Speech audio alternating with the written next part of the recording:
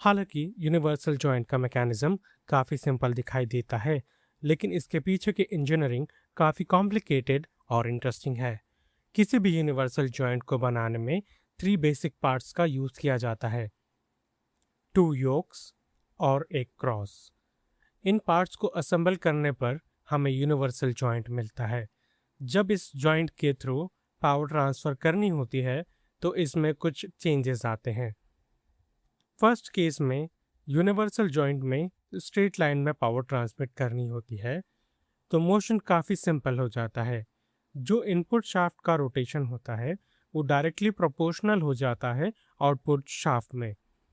Input shaft cross को rotate करती है और क्रॉस आउटपुट शाफ्ट को रोटेट करता है, जिससे आउटपुट शाफ्ट का रोटेशन इनपुट शाफ्ट के बराबर हो जाता है।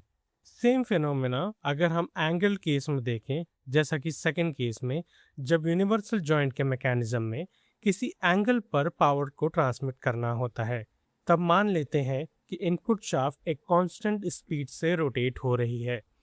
तब जो पावर यूनिवर्सल जॉइंट से ट्रांसमिट होती है वो वेरिएबल होती है। इसका मतलब इनपुट शाफ्ट एक कांस्टेंट स्पीड से रोटेट कर रही है, बट आउटपुट शाफ्ट में हमें रोटेशन कांस्टेंट नहीं मिलता।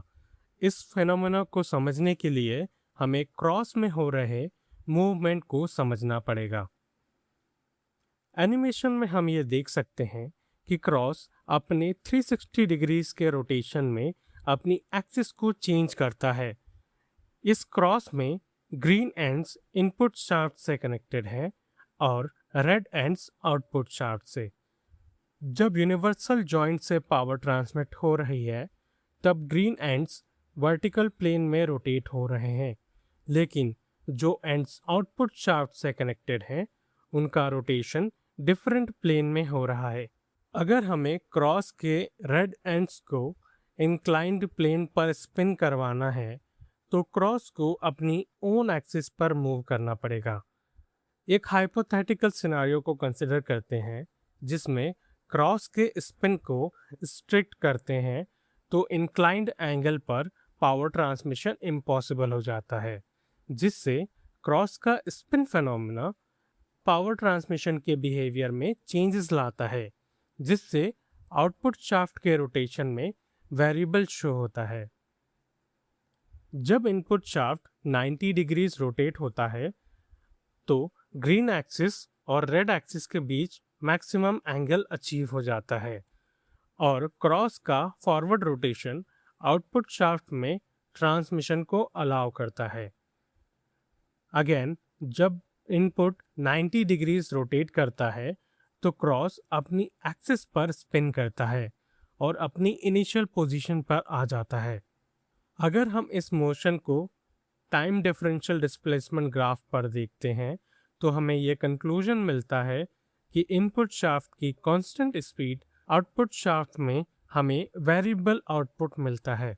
इसका मतलब यूनिवर्सल जॉइंट एक कांस्टेंट वेलोसिटी जॉइंट नहीं है।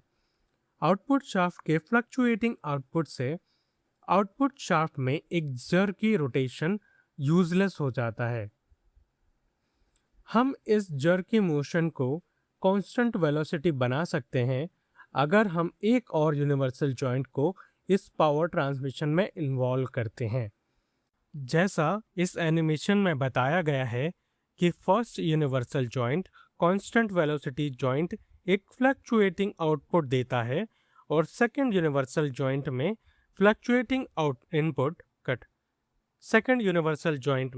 फ्लक्चुएटिंग इनपुट एक कांस्टेंट वेलोसिटी आउटपुट देता है।